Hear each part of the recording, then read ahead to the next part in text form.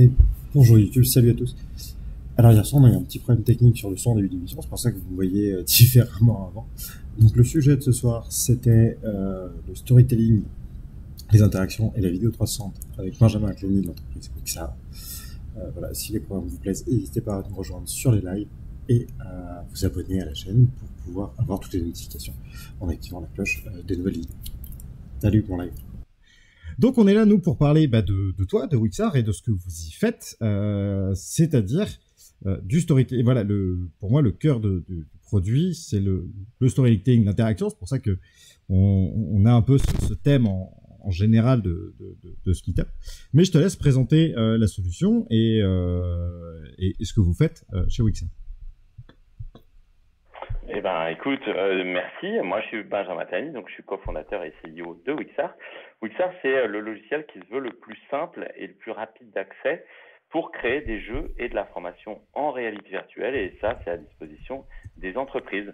Alors, je vais tout de suite rentrer sur un exemple pour que vous compreniez mieux. Admettons qu'on souhaite créer une formation, par exemple, de chasse au risque dans un lieu industriel. Avec cette formation immersive, du coup, on va pouvoir plonger, par exemple, un futur salarié qui va aller dans cette usine, carrément dans son univers où il va être, et on va pouvoir, en fait, le sensibiliser au risque. Il va y avoir du son à 360, il va y avoir de la vidéo, il va être complètement immergé dedans, et en fait, ce que ça provoque, ça, le fait d'être dedans, il y a quelque chose d'émotionnel. C'est ça qui est vraiment différent par rapport à une formation classique. Donc, ce que fait Wixar à la fin, c'est de rajouter du cognitif, de rajouter en fait des scénarios, du questionnement. Et c'est ce mix émotion et questionnement et cognitif qui fait que c'est vraiment quelque chose de très nouveau, ces approches-là, d'immersive learning collaboratif, et qui est pour nous un game changer. Et on a décidé avec mes associés de se consacrer à ça.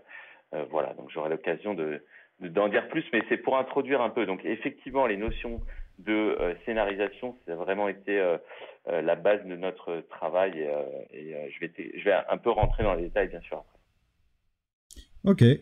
Ok. Et donc ça fait combien de temps que vous avez commencé l'aventure Wixar? L'aventure, en vérité, elle a démarré en 2016 dans une autre boîte où on a créé en fait un premier jeu en vidéo 360 gamifié avec c'était pour une destination touristique pour la Nouvelle-Calédonie. Donc là, en tant que c'était plus de l'entertainment que de la formation, on devait quand même former des agents de voyage. Donc ça a été avec un de mes associés, Mathieu. La première fois donc là, on a tout développé en WebVR à l'époque. Donc c'était fin 2015 pour 2016. Donc le début du début, on a été un des premiers jeux marketing en ligne au monde en fait à faire ça. Et puis alors ce qui est intéressant, c'est qu'on s'est rendu compte que c'était hyper intéressant du point de vue justement gaming. Alors je vais vous citer un exemple un truc qu'on avait fait qui nous a vraiment botté nous-mêmes, et puis qu'on s'est rendu compte que c'était génial. En fait, en gros, les gens se retrouvent dans une vidéo 360, donc en immersion. Là, c'était l'idée d'être dans un hélicoptère. L'hélicoptère au-dessus, qui vole au-dessus d'un lagon de Nouvelle-Calédonie. Et au sol, vous avez ce qu'on appelle le cœur de veau. C'est un cœur qui est dessiné dans la mangrove. Et c'est une photo, en fait, de Yann Arthus Bertrand, hyper connue. Peut-être que vous la connaissez. Voilà, et c'est le symbole, en fait, de la Nouvelle-Calédonie. Et notre boulot, c'était de faire que les gens mémorisent ce symbole-là. Et donc l'idée a été très très simple. On était étonné que y a pas beaucoup, on n'a pas beaucoup vu de gens qui avaient eu cette idée-là. On disait aux gens, prenez une photo, en fait un crop dans la vidéo. Donc et on disait pas où c'était le cœur de veau. Il fallait regarder autour de soi. Et quand on fixait avec son casque ou donc d'ailleurs son mobile, ça marchait sur mobile, plus de 3 secondes, ça prenait une photo. Et en fait, c'était génial parce que du coup, on pouvait avec cette photo, être sûr que la personne avait vu ce qu'on voulait qu'elle voie, et donc éventuellement la rewarder si c'est un jeu, et deux, faire remonter cette info en formation. Alors là, nous c'était un jeu, c'était pas hyper important toutes les stats derrière, mais si on est dans une formation certifiante, effectivement c'est très important de pouvoir dire oui, la personne a fait ou a vu ce qu'on voulait qu'elle voie. Donc non seulement elle est engagée, mais en plus derrière on peut prouver qu'elle est engagée et qu'elle a fait ce qu'on devait. Donc on s'est rendu compte que C'était extraordinaire, vraiment. Hein. Moi qui fais de la formation depuis à peu près 10 ans maintenant. Hein. Bon, moi j'ai un parcours de chef d'entreprise, plusieurs, j'en ai créé plusieurs. Voilà, rejoint des boîtes aussi, fait partie de différentes startups, mais ça fait à peu près 10 ans que je fais de la formation en présentiel, en fac, en école de commerce, pour des boîtes. Je suis passé aussi par le e-learning un peu classique, tu vois, webinar, etc. Ou en 2015, où j'avais énormément bossé en tant que formateur. Oui, j'étais hyper déçu. En fait, en gros, moi, je sortais de ça quand on a fait cette expérience en immersive learning. J'étais hyper déçu parce que je m'étais rendu compte que l'engagement était hyper faible sur un outil classique, hein, je le cite pas, hein, que tout le monde connaît, hyper connu, qui fonctionne bien, gère techniquement. Mais le problème, c'était l'engagement des gens. Et donc, du coup, moi, je sortais de cette histoire-là et quand je fais cette expérience avec mon associé qu'on a fait développer en interne, on a engagé des développeurs pour ça, ben, on s'est rendu compte que c'était juste génial. Et alors, la suite, c'est pas directement linéaire parce qu'on se trouve quand même devant plein de problèmes. Je te raconte pas les nuits que j'ai passées en me disant complètement débile d'avoir fait ça parce que à l'époque, les navigateurs, c'était pire que maintenant et le web VR, c'était l'enfer. C'est-à-dire que les gens nous expliquaient qu'ils avaient exactement les mêmes ordi, les mêmes configurations que nous et ça marchait pas, tu vois. Donc, on ajustait totalement tout le temps en temps réel. Bon, ok, on a fait plein aussi de démos, on a fait plein de salons et où on a pu rencontrer les gens, en fait. C'était ça le plus génial.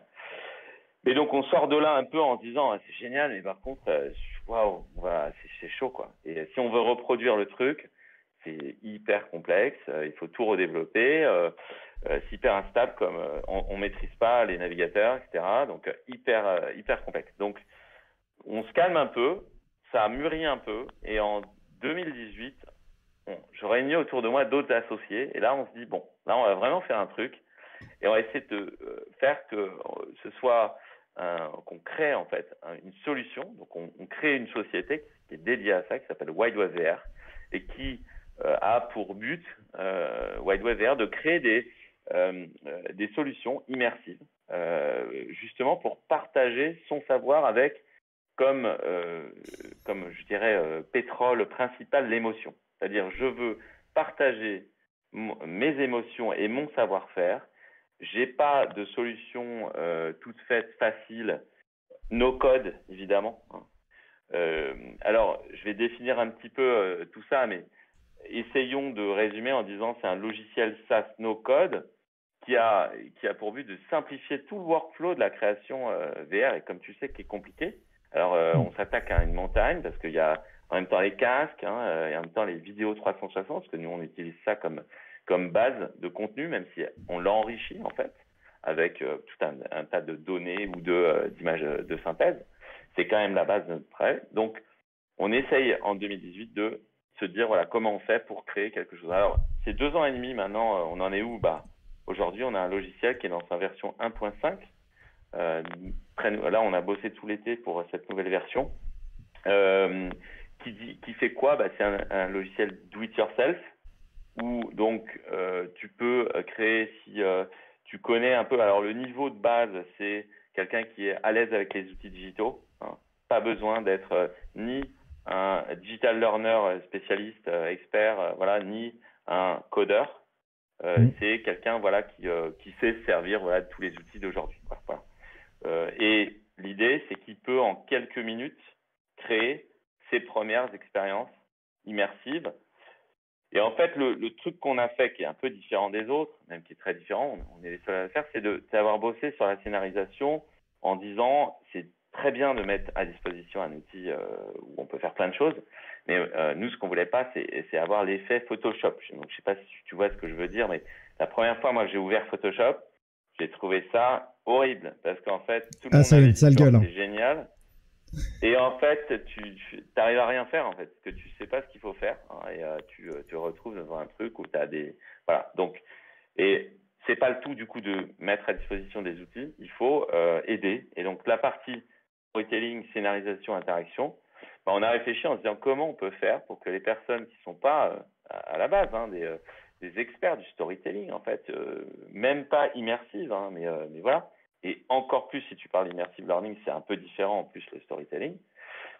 Comment on peut faire pour qu'ils aient la possibilité très très vite de le faire. Après, pour les gens qui sont avancés, c'est autre chose. On peut débrayer, on peut tout faire à la main, on peut créer et paramétrer de manière très précise. Mais j'ai à disposition dans Wixar des scénarios. Alors les scénarios, en gros, ça permet d'aller très vite. Donc par exemple, d'avoir, c'est tout bête, hein, mais ton logo au début, avec la petite phrase de bienvenue, la petite musique d'intro, le tutoriel pour apprendre aux utilisateurs finaux à se rendre compte en fait qu'ils sont en 360.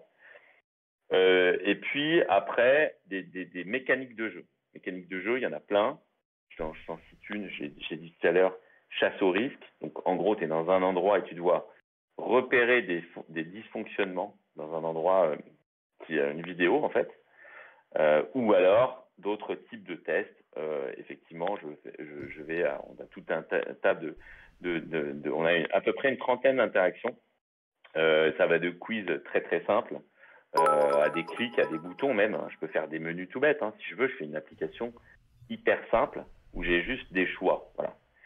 Mais ça va jusqu'à des embranchements scénaristiques assez complexes. Alors, pour pas rentrer trop dans le détail aujourd'hui, l'idée c'est que ça va créer tout ton contenu. Tu n'auras plus qu'à personnaliser.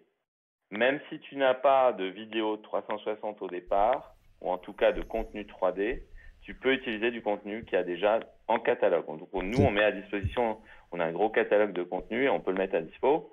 Enfin, il est à dispo de manière gratuite. Donc du coup, tu peux tester. Et du coup, ton catalogue après, de si contenu... Après, toi, tu as tes propres vidéos. Ouais.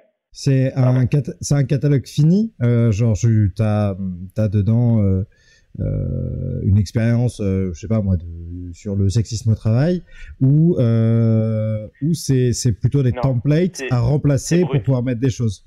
Complètement. Nous, en fait, on reste un outil, c'est-à-dire qu'on n'est pas des producteurs de contenu sur catalogue, sur pièce. Ça, c'est nos clients qui font ça. Ils sont, eux, capables, par exemple, de faire leur formation, oui, sur catalogue, sur étagère, mais c'est eux qui vont la faire. Nous, en revanche, on va avoir un certain nombre de vidéos 360 sur un certain nombre de sujets, mais pas tous les sujets non plus. Hein. Et bien sûr, c'est pas contextualisé. Donc, c'est vraiment pour démarrer, pour se rendre compte, pour tester. Mais évidemment que l'idée, c'est quand même d'aller filmer soi-même pour contextualiser au maximum justement son storytelling. Mais ça permet de très très vite, en gros quand je dis très vite, c'est en quelques minutes. Hein, c'est vraiment en quelques minutes, ça se déploie très vite. Je personnalise après les questions, les logos, les choix, etc. Et je peux le faire et voir un preview très très vite. Voilà. Donc une fois que j'ai fait ça, je vais peut-être me dire, ok, maintenant c'est pas suffisant, c'est pas assez contextualisé. Maintenant, comment je peux faire pour améliorer mon storytelling, augmenter l'engagement, etc., etc. Et donc, je vais me poser d'autres questions. Alors, si tu veux, justement, on prend un peu de recul et on se pose justement ces questions un petit peu plus macro de pourquoi on fait ça. Enfin, après, je te laisse guider, c'est toi l'intervieweur. Mais ça vaut le coup des fois de prendre un petit peu de hauteur. Voilà. Dis-moi. Mais non, vas-y, continue. Moi, tu vois, on a, pour moi, ce que j'aime bien, c'est ce côté, ok, on vous livre de quoi commencer à jouer, puis après, faites vous-même. Ce qui pose plein de questions hein, sur comment est-ce qu'on forme des gens à utiliser une caméra 360, par exemple, et poser au bon endroit une caméra pour que ça ressemble à quelque chose, parce qu'on a vu des choses en do it yourself où ouais, j'ai des doutes sur comment on arrive à atteindre un objectif pédagogique avec. Mais en même temps, on voit des choses extraordinaires à côté avec des gens qui se posent un peu dessus. Voilà. Donc il y a pour moi cette question-là et de un peu comment est-ce que vous la traitez, comment vous la prenez en compte. Et après. Okay.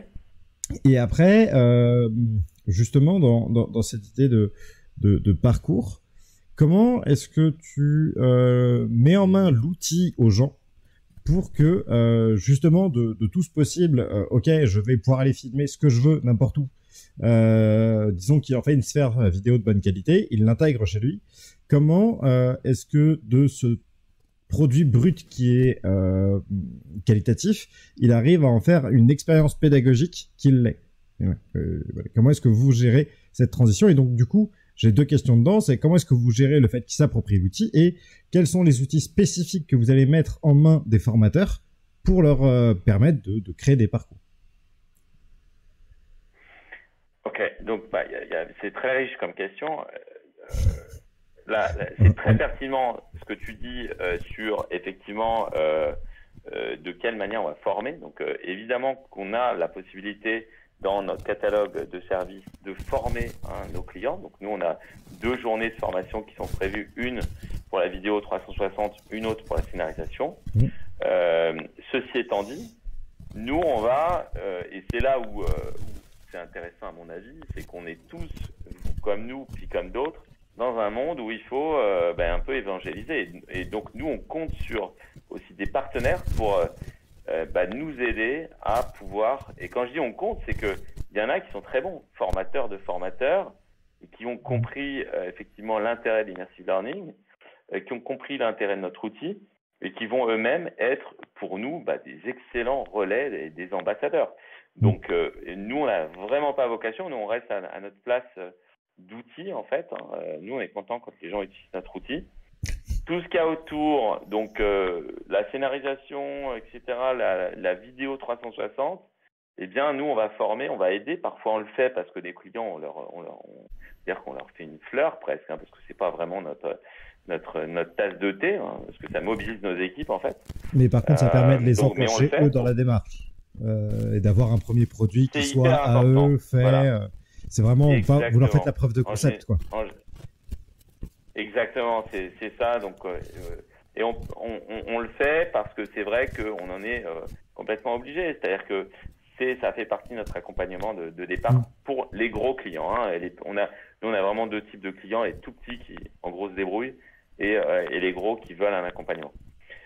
Mais demain, on est en train de créer un réseau de partenaires qui sont capables de faire eux-mêmes ou de filmer et qui sont des relais de croissance pour nous. C'est extrêmement important. Alors après, quels sont les outils qu'on met à disposition? Nous, on se considère comme l'outil un peu plugin d'un outil de montage finalement.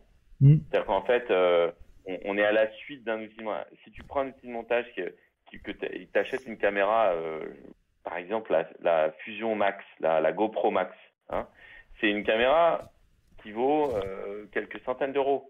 Elle est suffisante parfois dans certains contextes, et notamment en formation, on n'a pas forcément besoin d'une qualité extraordinaire.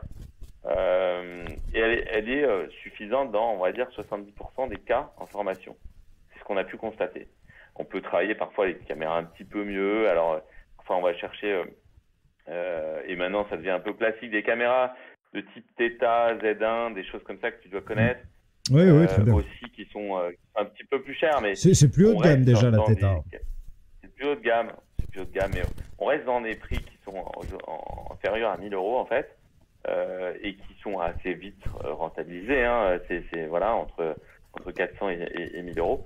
Bref, on est sur des caméras où on va filmer entre 4K et 8K, et en général, ça suffit pour la formation.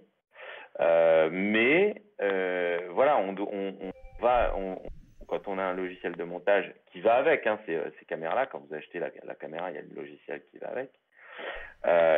Tu n'as pas la possibilité de créer une application, tu n'as pas la possibilité de mettre des liaisons, de créer des interactions, de faire que tu as de l'adaptive learning. Et on va en parler un peu de tous ces mots-là qui sont... mais c'est pas possible. Donc du coup, il fallait qu'il y ait un outil qui te génère des applications. Wixar, en fait, à la fin, quand tu as fini, Wixar génère des applications sur casque, Oculus, Quest. Pour l'instant, nous, là, on est en train de travailler sur d'autres supports, mais pour l'instant, c'est Quest. Mais aussi mobile, les 2 mondes du mobile, mais aussi PC et aussi WebVR. Donc, on peut générer... Ouais. Et du coup, tu génères un APK à installer sur le casque, à mettre sur le casque? Ouais. D'accord. Ouais. Ah, donc en fait, on génère un APK, ouais. Et toutes les applis, en fait, sont embarquables n'importe où. T'as pas besoin de connexion. Derrière, t'as plus besoin de connexion web, t'as plus besoin d'accéder à une plateforme ou... Ça, c'est pratique. Ça, c'est cool. Bah, en fait, alors ça, sur ce genre de problématique-là, nous, on a bossé avec des clients qui, effectivement, n'ont pas de connexion web dans les usines et machin, donc c'était impossible d'être en pur web VR. Donc, voilà, donc nous, c'est de l'embarquer. En revanche, tu as quand même besoin de te connecter régulièrement parce qu'on envoie des données. Hein, donc, on a une grosse partie analytics dans Wixar. Donc, on récupère les données. Donc, les clients ont quand même besoin, s'ils veulent récupérer les données des stats, avant de passer en ligne, ouais. à des temps. Mais voilà. Et sinon, tu as la possibilité de générer une URL aussi sur le web. Hein. Nous, notre philosophie, c'est vraiment de travailler sur casque VR. Hein, je tiens à le dire parce que c'est vrai qu'on a les résultats au niveau du cerveau. Et c'est sans ça, tout à l'heure, je pense que c'est un moment, il faut qu'on parle de ça. C'est qu'est-ce que ça fait dans le cerveau. Alors, vous avez déjà eu ces discussions-là probablement plein de fois et j'ai peut-être raté, j'en ai vu certaines quand même. Mais sur la VR, parce que dans l'immersive learning, c'est extrêmement intéressant. Et c'est avec le casque, et j'insiste moi tout le temps sur ça, c'est-à-dire qu'effectivement, si on regarde sur PC ou sur mobile, c'est super, hein, c'est rigolo, hein. Sur mobile, je trouve ça assez fun, hein, on tourne autour de soi et tout. Ça n'a absolument rien à voir au niveau des conséquences sur le cerveau. Ah bah non, l'impact mémoriel, l'impact empathique, cognitif, enfin... Voilà, il y a des heures et des heures de discussion à avoir sur pourquoi est-ce que la VR, ça nous tape la tête autant que ça, et pourquoi est-ce qu'on s'en souvient autant derrière. Mais c'est aussi l'une des clés de pourquoi est-ce que tout le monde aujourd'hui s'intéresse à la VR dans le domaine de la formation, particulièrement de la formation. Parce que justement, on peut apprendre mieux, plus vite, différemment. Voilà, il y a plein de très très bonnes raisons d'y aller. Dis-moi, depuis tout à l'heure, tu me dis que la plateforme est no-code. Alors moi, no-code, j'aime bien. Donc je suis curieux. Tu nous en dirais un peu plus? Bah, no-code, en fait, ça veut dire que tu n'as pas besoin de coder, donc ok. Mais ça veut dire que tu vas normalement t'en sortir si tu es un newbie, hein, quelqu'un qui non seulement ne code pas, mais en même temps et pas forcément l'expert du domaine. Comme je disais tout à l'heure, tu n'es même pas l'expert de l'immersive learning, même sans coder. Toi, je ne sais pas si tu codes, mais en tout cas, on peut te considérer comme un expert de l'immersive. Bon, voilà, toi, tu codes. Merci. Il y en a qui codent pas et qui sont quand même des experts de la partie scénarisation, par exemple. Mais là, non, c'est vraiment, ça s'adresse à des gens qui sont novices, qui sont quand même, en général, des gens qui vont... déjà, ils sont un peu familiers avec le e-learning ou des choses comme ça. Donc voilà un petit peu la plateforme. Là, après, moi, je peux te montrer quelques images. Oui, on peut faire ça.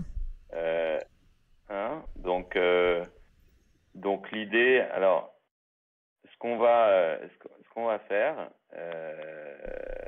on va regarder. Alors, tiens, ma page a sauté, super. Là, je vois ta page à l'écran et le chat aussi. Tout le monde voit. Ouais, c'est bon, t'en fais pas. Ok. Donc ça, en fait, c'est le site Wixar. Donc il y a plein de choses dessus, wixar.io. Vous pouvez aller voir, il y a plein de vidéos. Ce que je voulais vous montrer là, c'était les types de scénarios qu'il y a, par exemple. Donc là, vous avez un scénario à embranchement. Donc si on s'attarde un petit peu sur ça, dans l'interface Wixar, j'ai la possibilité de choisir des scénarios comme ça. Alors, ils peuvent être linéaires ou à embranchement. Donc là, on est vraiment dans le sujet storytelling. Si je résume un peu, nous, comment on a travaillé par rapport à ces aspects de scénarisation, ce qu'on s'est dit, c'est que pour que les gens apprennent des choses, donc en gros, de l'e-learning, au début, c'était ça la réflexion, c'est comment on fait pour qu'ils apprennent sur du digital, au-delà même de l'e-learning, c'est qu'il fallait qu'il y ait 3 ingrédients. L'attention, donc il fallait qu'il soit focus sur ce qu'il regarde, il fallait qu'il soit engagé et il fallait qu'il mémorise à long terme. Ces 3 éléments, donc on s'est dit comment on va faire. Maintenant, la VR, elle répond hyper bien à l'attention. Donc l'attention, c'est, on appelle ça l'immersion spatiale, parce que la VR, en fait, donc on l'a caressé du doigt, c'est le sentiment de présence, c'est le fait d'être focus à 100%, le côté émotionnel. Énergie, donc la VR, voilà, la VR en fait fait que ce sentiment de présence fait que tes chakras sont ouverts, en fait, si je puis dire, hein. Et donc, ton attention est souvent très élevée en vert. Mais ça suffit pas en formation, on est d'accord, hein, c'est pas Non, génial, mais mais c'est c'est déjà comme bien quand de tu regarder ce regardes qu'on un te film. demande de regarder et pas ton téléphone. C'est un bon point de départ pour la formation.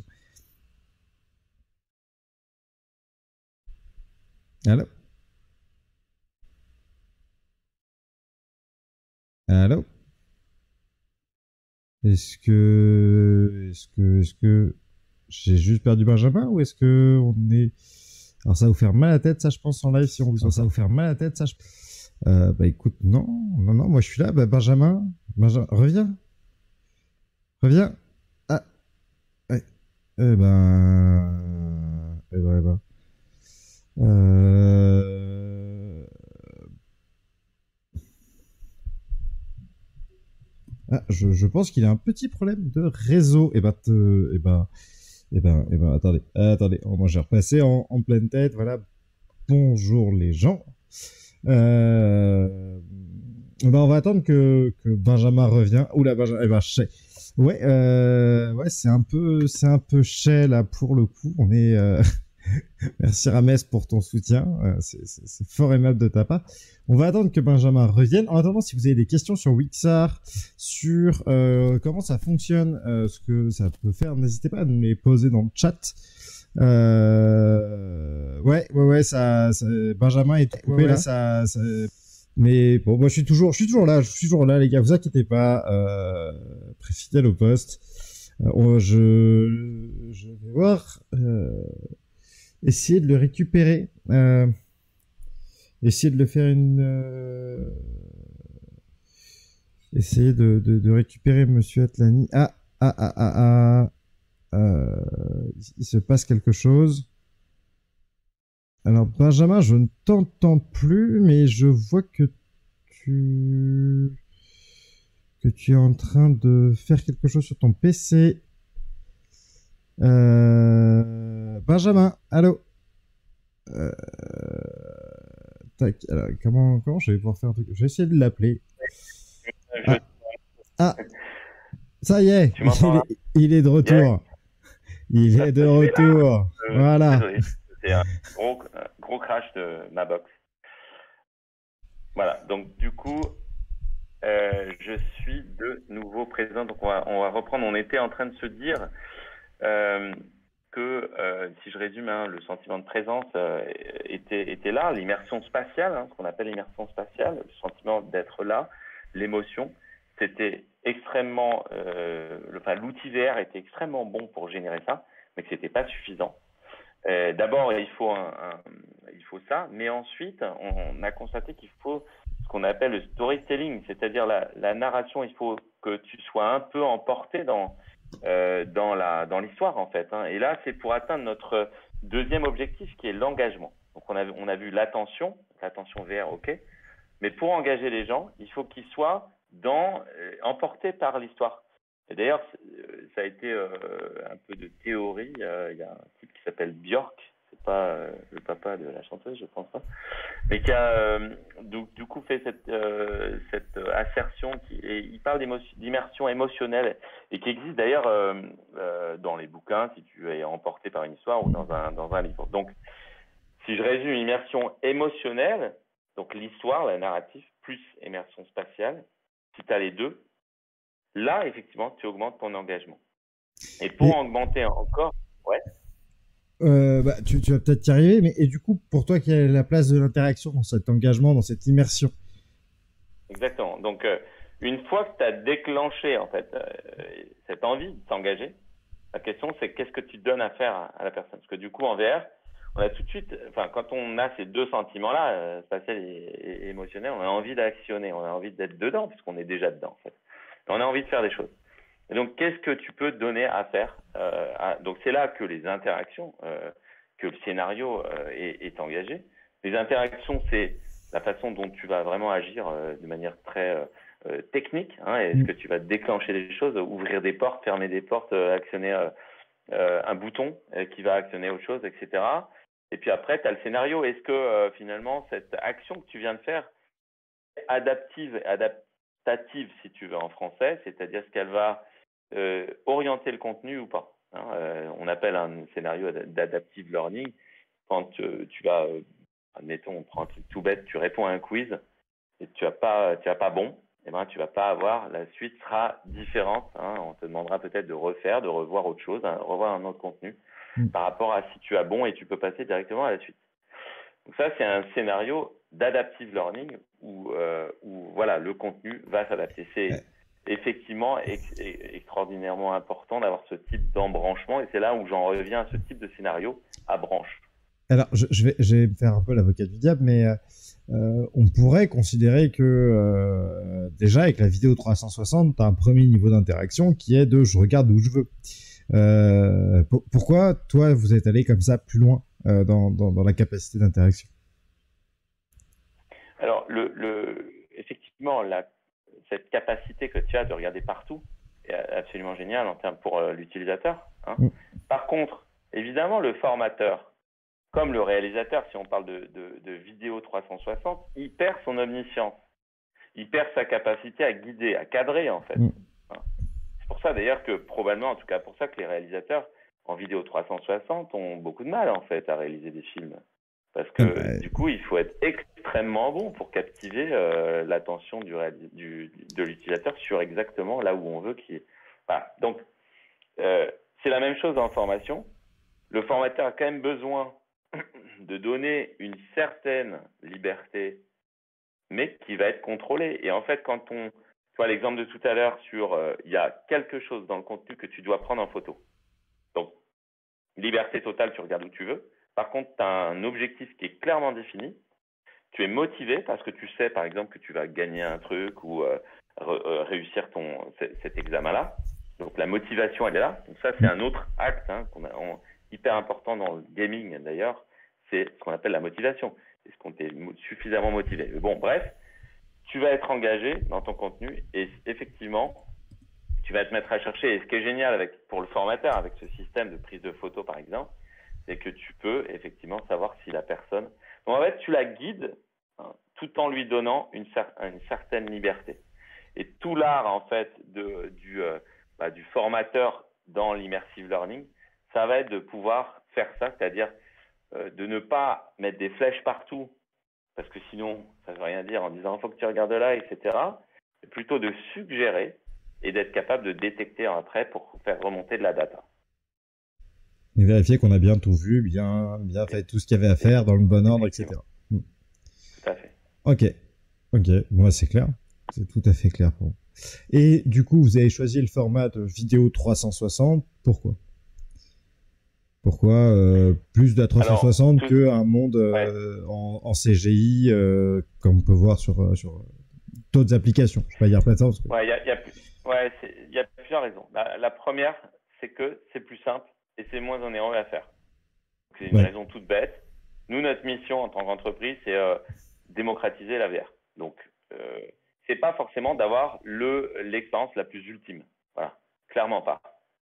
Tu auras toujours une agence, si tu files 500 000 euros à une agence qui te fera un truc monstrueusement bien, ce sera toujours mieux que ce qu'on fait, parce que ce sera un coût. Nous, on est sur du industrialisable, on est sur quelque chose qui doit être facilement fait par un newbie, comme je disais. Donc, c'est pas du tout les mêmes origines. Donc, la vidéo 360, c'est pas parfait, mais c'est suffisant pour avoir justement ce sentiment de présence.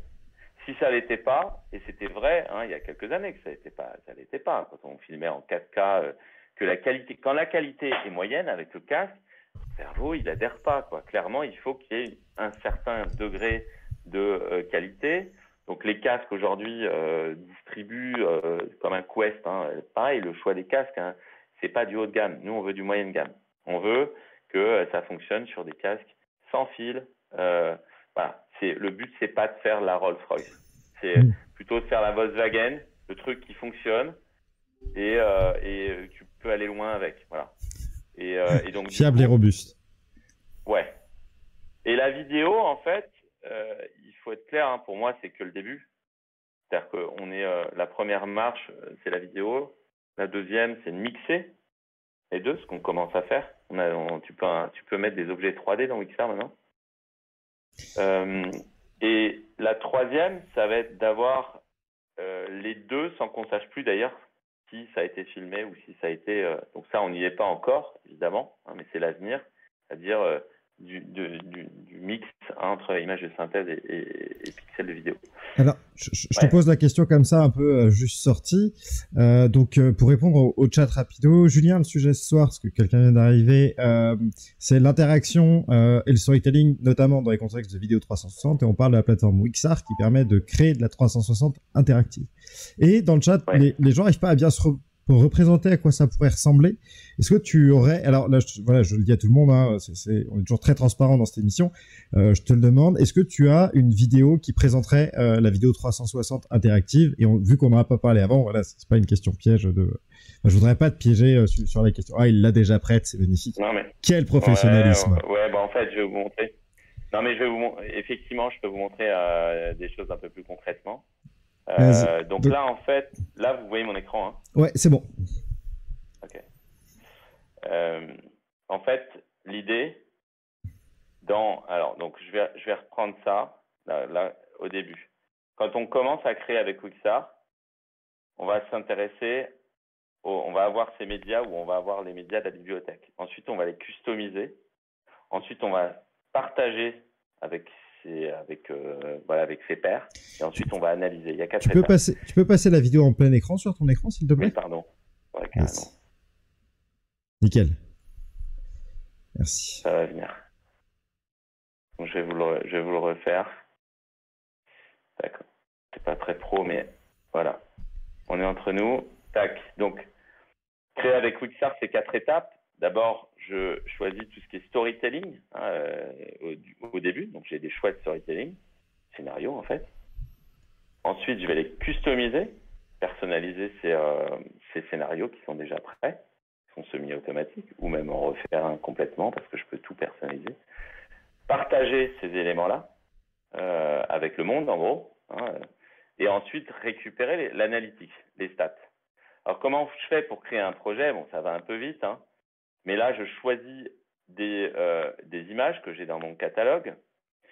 Et ensuite, là, je suis directement là. C'est une chasse au risque, notamment. Hein. Donc ça, là, la personne est dans l'éditeur studio. Donc, je vais remettre un petit peu en arrière. Tu crées tes expériences de vidéo 360 interactive dans le casque. Alors, tu peux le faire dans le casque, tu peux le faire sur PC. Mais ça va plus vite dans le casque. Donc en fait, là, il est sur l'interface, effectivement, qui s'appelle l'editor, et donc du coup, vert. Et là, il est capable de tout faire. C'est-à-dire qu'il va faire son score. Là, il est sur une interface de scoring. Vous allez trouver 7 zones risquées. Vous avez oublié 3 zones. Il peut tout modifier. Et l'interface qui modifie ça, c'est ça. Alors là, on est dans... Alors là, j'essaie de faire des stops. Vous trouverez plein de vidéos sur le site. Hein, c'est intéressant. Mais là, il est en train de positionner ces éléments qu'il va customiser. Alors, il y a plein de petites fonctionnalités qui permettent, par exemple, de faire du speech to text.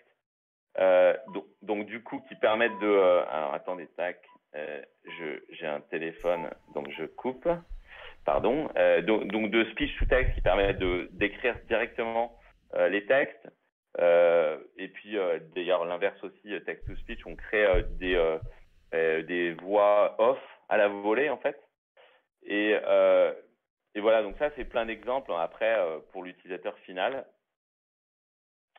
Ce qu'il faut noter aussi, c'est que tu peux dans Wixar être en multijoueur. Donc multijoueur, alors ça c'est les stats. Alors multijoueur, c'est quoi? C'est que tu peux concevoir en fait, hein, et jouer, être dans la formation à plusieurs. Donc alors pour ceux qui connaissent, on parle de formation synchronisée ou désynchronisée. Là, je reviens à toi et voilà. Donc les formations synchronisées, c'est je suis seul devant mon ordi ou dans mon casque et je fais ma formation. Et ensuite le formateur, voilà. Et on peut aussi, ça c'est désynchronisé, pardon. Et on peut aussi faire de la formation synchronisée. Donc là, je suis en rapport direct avec le formateur, peut-être d'autres élèves d'ailleurs. Je suis partout dans le monde à distance et je me retrouve dans cet univers, dans cette formation. Et donc, un élève, par exemple, va prendre la main, un peu comme si j'irais au tableau, et puis va faire sa formation. Le coach peut interagir ou pas et reprendre la main ou pas. Donc, Alors, attends, on est dans attends, quelque chose. Ouais. Avant d'aller plus loin, quand même, pour ceux qui nous regardent, que ce soit en direct ou en replay, c'est important de pointer deux éléments dans ce que tu viens de dire. Le premier, c'est, et on est passé très vite dessus, c'est cette capacité de pouvoir concevoir dans le casque. Là, dans le chat, j'ai Codix qui me dit c'est assez ouf et plus intuitif de pouvoir faire cette conception comme ça. Et oui, moi j'ai vu beaucoup d'éditeurs qui sont très bien et qui font des résultats qui fonctionnent, mais où l'éditeur est en 2D. Enfin 2D, donc sur du flat, quoi. Ce qui est dommage pour concevoir une expérience de VR immersive, parce que ne serait-ce que quand tu vas placer un marqueur sur une vidéo 360, c'est assez compliqué d'estimer quelle est la bonne distance pour pouvoir le placer au bon endroit. Donc là, le fait d'être dans le casque et de pouvoir poser ces marqueurs, ces interacteurs, tout ça, même si après, disons que tu sors pour faire les connexions entre les différentes scènes et dire que ça déclenche ça, si au moins tu peux positionner ton environnement avant dans ton casque, c'est vraiment puissant et c'est beaucoup plus intuitif pour les gens qui vont le concevoir. Et moi, c'est la première fois que je vois. Alors, c'est pas exactement la première fois que je vois, parce que Benjamin, on se connaît depuis quelques temps quand même, donc j'ai déjà vu cette interface. Mais c'est la seule entreprise que je connais qui fait ça, où on peut concevoir directement dans son casque de VR, ce qui est important. Et le deuxième truc, et ça pour le coup, je le découvre en même temps que tout le monde, c'est ce côté multijoueur, où on va pouvoir donner le droit de réponse à une personne ou à une autre pour pouvoir faire des choses en commun. Parce que j'ai vu des choses où on était en commun, mais il y a un enseignant qui fait les choses et qui drive l'ensemble de la scène. Là, de pouvoir dire, ok, c'est l'élève 1 qui va répondre à la partie A, l'élève 2 qui va répondre à la partie B, et se passer la main et faire les corrections ensemble. Enfin, il y a un levier PEDA là que je trouve assez conséquent et carrément puissant en fait, parce qu'on va se retrouver avec comment dire, une diversité de situations possibles qui augmente d'autant du fait qu'on y soit en collectif. C'est voilà, alors, on va juste pouvoir un petit bémol sur ça, parce que ça, ce sera sur la prochaine version. Là, on est sur la 1.5. Là, on peut pas encore passer la main, mais on y est bientôt. Mais je le précise. Je m'emballe. C'est hyper important de pas survendre le truc. Donc voilà.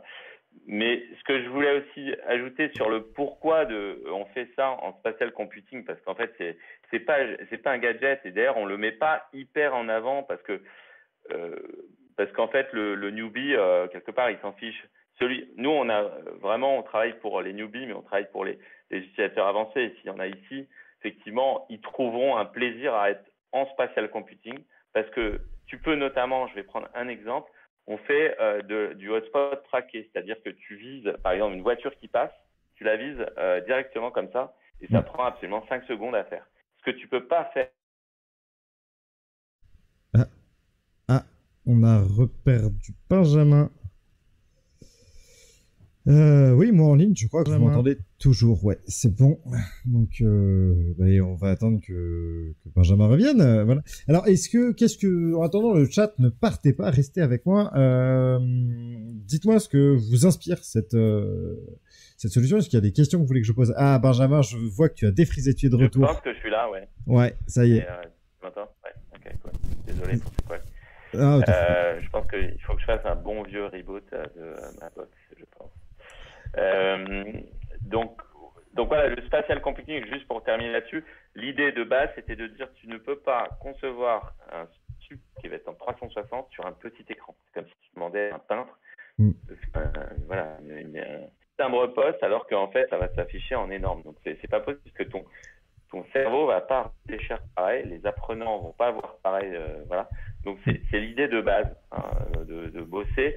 Et après, si tu veux, c'est greffer cette idée d'être en multijoueur, donc de pouvoir concevoir à plusieurs au même moment. Donc le fait de dire, moi, il y en a un qui est à Paris et l'autre qui est à Marseille, et ça, je parle des concepteurs, deux chefs de projet, ils vont bosser ensemble sur un projet et ils vont être dedans avec le casque. Là aussi, c'est génial parce que tu recrées ce qu'il n'y a pas avec le distanciel, c'est-à-dire le sentiment de sociabilité, ce qu'on appelle aussi in real time, c'est-à-dire le sentiment de pouvoir échanger avec tes pairs, même s'ils sont à distance. Donc on retrouve ce sentiment-là, les deux conjugués, spatial computing plus voilà la possibilité de collaborer et quelque chose auquel on tient énormément et qui est un peu notre marque de fabrique, je pense. Ouais, en tout cas, voilà, moi, ça, c'est des choses que j'ai pas vu ailleurs. Il y en a un, voilà, l'éditeur intégré en VR, j'ai jamais vu ça ailleurs. Et la collaboration, je connais qu'une seule autre personne qui est sur un segment proche du tien qui le ferait. Donc ouais, non, c'est pour le coup, c'est des choses qui sont très différenciantes. Et en même temps, toi, tu dis que c'est logique de travailler dans un casque. Moi, je suis d'accord avec toi, hein, pour faire un truc qui est à visualiser dans un casque, bah, tu bosses dans un casque. Ça semble con, mais en même temps, voilà, quand on fait un truc qui se visualise sur un écran, on bosse sur un écran. C'est juste qu'on n'a pas encore intégré que bon, on en avait un troisième écran. Le premier c'est le téléphone, le deuxième c'est le PC, le troisième c'est le casque de réalité virtuelle. Mais tu vois, moi aujourd'hui, je peux me battre encore avec des gens pour qu'ils regardent des vidéos 360 dans un casque. Et voilà, moi je connais quelqu'un comme ça. Il m'a présenté une vidéo 360 qui était son travail, et il m'a dit à un moment, tu vas voir, c'est pourri. Il y a un passage qui est pas bon, qui file la gerbe à tout le monde parce que le client n'a jamais regardé cette séquence dans un casque. Il l'a regardé sur un écran en 2D et tu sais, c'était une accélération sur un tapis. Et donc c'est très joli quand ça va très vite sur un écran 2D. En VR, par contre, tu rends tout le monde malade, surtout qu'au bout, tu as un petit angle à 90 et bah, tout le monde était malade. Mais donc voilà, moi je comprends que tu veuilles pas mettre le feature en avant, mais c'est important. Enfin, en tout cas, pour moi, ça l'est et ça démontre aussi d'une volonté chez vous, je pense, en tout cas, de montrer qu'il faut changer la méthode de travail. Parce que voilà, bon, ça c'est plus mon domaine, mais il faut changer les méthodes de travail, il faut changer la manière dont on voit l'apprentissage et il faut changer la manière dont on la produit, y compris la ressource pédagogique de base. Parce que on va pas donner de la même manière, parce que ça va pas être reçu de la même manière, parce que ce sont pas les mêmes périphériques, parce que tout un tas d'autres raisons. Donc d'avoir ce changement radical dans la manière dont on travaille, c'est-à-dire que je travaille plus sur un PC, je travaille dans un casque pour le délivrer dans un casque. Et ben je trouve ça plutôt très bien vu. Et en plus de ça, ça donne plus d'excuses aux gens pour ne pas le regarder dans un casque, parce que de toute façon, t'es un peu obligé de mettre le casque pour le faire. T'es pas obligé, puisque il y a toujours la plateforme en flat, tu me disais, mais ouais, voilà, tu peux le faire sur ton PC, bien sûr, hein, mais en fait, vraiment sur le casque, comme tu peux faire des previews de toutes tes scènes ou de chaque scène, c'est ça qui est génial. Ça, tu fais un changement, tu fais tac, et t'as pas besoin d'éditer, t'as pas besoin de publier en fait toute ton app pour voir le résultat. Tu vois au fur et à mesure de ta conception. Donc c'est ça qui change tout en fait. Hein. Donc tu vas extrêmement vite. Parce que nous, notre promesse, c'est de dire il faut que ce soit simple et que ça aille vite et que tu même en tant que concepteur, rapidement, que tu vois ce que tu fais. C'est-à-dire que tu peux toujours avoir des passionnés de l'immersive learning qui vont passer 1 an avant de... Mais non, mais ce qu'on veut, c'est que voilà, ce soit démocratique et que du coup, pour que ce soit démocratique, il faut que chacun y prenne plaisir, quoi. Et en fait, c'est assez plaisant. Sans être un gros geek, alors peut-être je suis un peu geek, ok, mais sans être totalement geek, je passe pas ma vie dans mon casque, loin de là. C'est génial et et je pense qu'on est voilà, sans dire qu'on fait un bureau virtuel qui va être tu vois la norme. Je pense pas que le but ce soit de passer sa journée avec un casque toute la journée au bureau, c'est pas ça. Mais il y a des moments où oui, c'est clairement, et c'est d'ailleurs, tiens, je vais faire un parallèle avec la formation et l'apprentissage immersif. C'est-à-dire, moi je vois pas du tout l'immersive learning collaboratif, qui est notre petite marque à nous, le collaboratif à la fin. Je vois pas du tout ça comme remplaçant tous les autres supports. Je pense que c'est super complémentaire au présentiel et super complémentaire au e-learning. Je vois ça comme à un certain moment, tu vois, tu fais un switch de e-learning à, alors là maintenant les gars, mettez votre casque et on va aller se projeter dans un endroit ou dans un concept, dans une situation, une crise, etc., que tu peux pas voir autrement. Mais voilà, il y a par exemple le mobile learning, je trouve ça génial, tu es dans le métro, tu as 2 minutes, tu fais un truc, tu apprends un petit peu. Donc tout est complémentaire. Le présentiel aussi, c'est-à-dire que tu peux très bien voilà, avoir une expérience en VR et ensuite débriefer dessus en présentiel. Enfin, pour moi, c'est très complémentaire. Donc l'idée, c'est vraiment de pas tout remplacer, que les formateurs comprennent que petit à petit, c'est hyper intéressant dans certains cas, mais pas dans d'autres. Ouais, et c'est pareil avec le spatial computing. Ça va pas tout remplacer, mais c'est quand même l'avenir. Et tu sais, à la base, quand on a créé Wide Web VR, on disait, et je le dis toujours d'ailleurs, il va y avoir de plus en plus d'écrans à 360 degrés, que ce soit en AR ou en VR. En gros, des écrans sphériques autour de nous ou des hologrammes. Et toute l'idée qu'on a, nous, c'est de se dire, et là, c'est la perspective de recherche, hein, parce que nous, on est qu'un labo de recherche, on est un chercheur en interne, c'est de se dire comment on va faire pour interagir avec ces écrans, hein, que ce soit voilà, pour travailler, mais aussi pour l'entertainment. Voilà. Quelle est la nouvelle grammaire des interactions entre l'homme et ce type d'écran-là voilà. Et c'est notre sujet, au fond. Et Wixar, en fait, est qu'un élément, c'est le premier logiciel qu'on sort. Mais le sujet est beaucoup plus vaste que ça. Il va prendre, c'est un sujet qui va occuper prochainement, on va dire, les 20 ou 30 prochaines années, à mon avis. Hein. On en écoute. Largement, oui. Ouais, voilà. Donc, tu vois, le spatial computing à ce niveau-là, c'est très, on va dire, la nouveauté. Ça le sera plus dans quelques années. Mais en tout cas, j'invite tous ceux et celles qui ont envie de tester, déjà de regarder un petit peu d'autres vidéos sur le site, mais de venir nous voir et de tester eux-mêmes parce que voilà, je pense qu'il faut la VR, tu sais moi qu'il y a un moment, faut arrêter de parler en fait, et faut tester, faut vivre le truc. Et, il faut mettre un casque. C'est comme ça, quoi. Hein, il faut mettre un casque, voilà. C'est une évidence. Ce sera la conclusion. Ouais. Non, c'est peut-être pas la conclusion, hein, mais. Alors, est-ce que j'ai une petite question là? Est-ce que apporter voilà toute cette philosophie et ce que vous avez déjà développé en termes d'éditeur, est-ce que c'est prévu à plus ou moins long terme d'apporter ça sur des supports SIDOF et plus 3DOF? Ouais, alors bien sûr, c'est prévu. Chaque chose en son temps, dans le sens où notre boulot à nous, enfin tu vois, il y a un truc très bête, mais aujourd'hui, quand on va former des gens qui sont des agents de nettoyage, tu vois, on a un gros contrat avec une énorme boîte, on forme des agents de nettoyage. C'est des gens qui n'ont jamais l'habitude de porter des casques, même qui n'ont jamais l'habitude d'être formés. Donc, du coup, ces gens-là, si tu commences à leur dire, bon les gars, vous allez mettre un truc, là, machin, voilà, puis tu les perds direct dans la techno. Donc nous, la réflexion, c'est de se dire comment on peut faire pour que c'est d'où les casques sans fil, d'où l'embarqué en fait. Il faut que ce soit super simple. Donc le 6DOF, pour l'instant, pour même des raisons de sécurité, hein, j'ai envie de te dire, si le type se casse la gueule, là on les pose sur des chaises tournantes, tac. Là c'est l'hygiène avec le Covid, super important. Ça c'est le protocole et voilà. Et chez vous, chez l'Immersive Learning, il y a un beau protocole. Ça, super important pour ce qui est sécurité, mais on ne veut pas aller plus loin pour l'instant pour cette raison-là. Après, technologiquement parlant, évidemment que c'est le sujet, c'est un des sujets pour nous. Nous, on a plein de sujets en R&D, ça en fait partie. Sachant que nous, notre vraie, on va dire, l'idée sur notre R&D, ça tourne quand même autour beaucoup plus, et d'ailleurs c'était le titre aujourd'hui, de la scénarisation, des interactions. C'est vraiment notre sujet principal.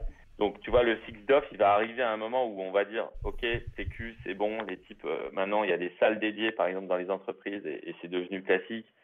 Voilà. Si au niveau du scénario, ça c'est absolument nécessaire, il y aura du 6DOF. Et ce ne sera pas pour faire du 6DOF. Voilà. Oui, il faut que ça ait un intérêt. Et de toute façon, tu sais, moi, je suis assez persuadé que dans les organisations, le 3DOF, c'est le cheval de Troie pour faire rentrer les technologies immersives. C'est facile, c'est pas cher, on a des résultats efficaces rapidement, et 6DOF, et puis t'as pas besoin de retaper des salles complètes pour pouvoir les implanter. Alors que du 6DOF dans une entreprise, déjà on commence à avoir une salle dédiée, ok, ça grince des dents avant même qu'on ait commencé à donner le prix des casques et des applis. Donc non, moi je comprends bien.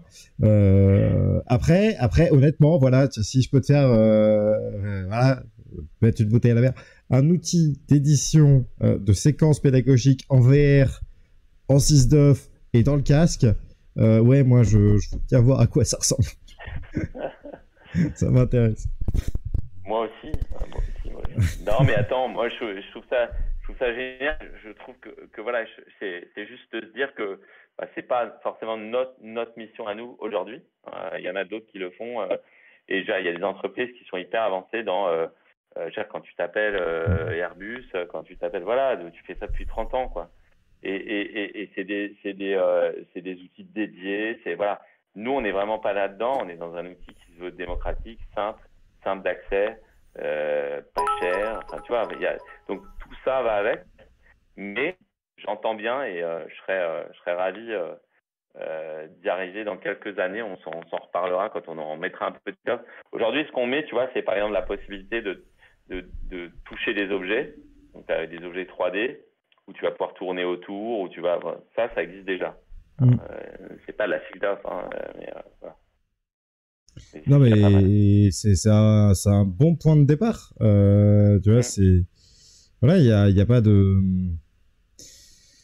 Pour moi, tous ces trucs-là, ça fonctionne et il faut surtout que les gens commencent et mettent un casque sur la tête pour voir ce que ça fait, ce que ça donne et comment est-ce que du coup on est capable d'interagir avec quoi. Voilà, c'est ça pour moi aujourd'hui les questions qu'il faut qu'on se pose. Et